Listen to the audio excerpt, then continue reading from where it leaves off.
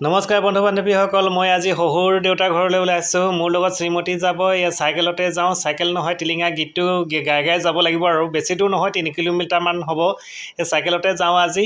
ইয়াত চুঙা চাউল লৈ লৈছোঁ, মানে বৰা চাউল লৈছোঁ আৰু খোৱা চাউল, পিঠা পনা, লাই পালেং, মূলা ইত্যাদি লৈ লৈছোঁ। মাংসখিনি বজাৰতে লৈ ল'ম। ৰাস্তাত মই এখন বাগান বজাৰ পাম, বাগান বজাৰৰ পৰা মাংসটো লৈ ল'ম।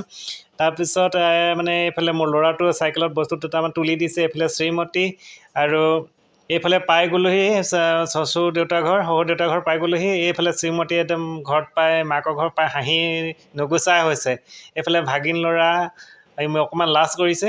সেইফালে শাহুমা আৰু এইফালে আছে আমাৰ শ্ৰীমতীৰ খুৰীয়েক। এইফালে শ্ৰীমতী একদম আৰামত বহি লৈছে। এইফালে বৰৈক আৰু এইজনী ভতিজা ছোৱালী, ইয়াক আমাক চাহ দিছে। আমি চাহটো খাই লওঁ। ভিডিঅ'টো চাই আপোনালোকে কেনেকুৱা পালে কমেণ্ট কৰি জনাবলৈ নাপাহৰিব। আজিলৈ আহিছোঁ, বাই বাই।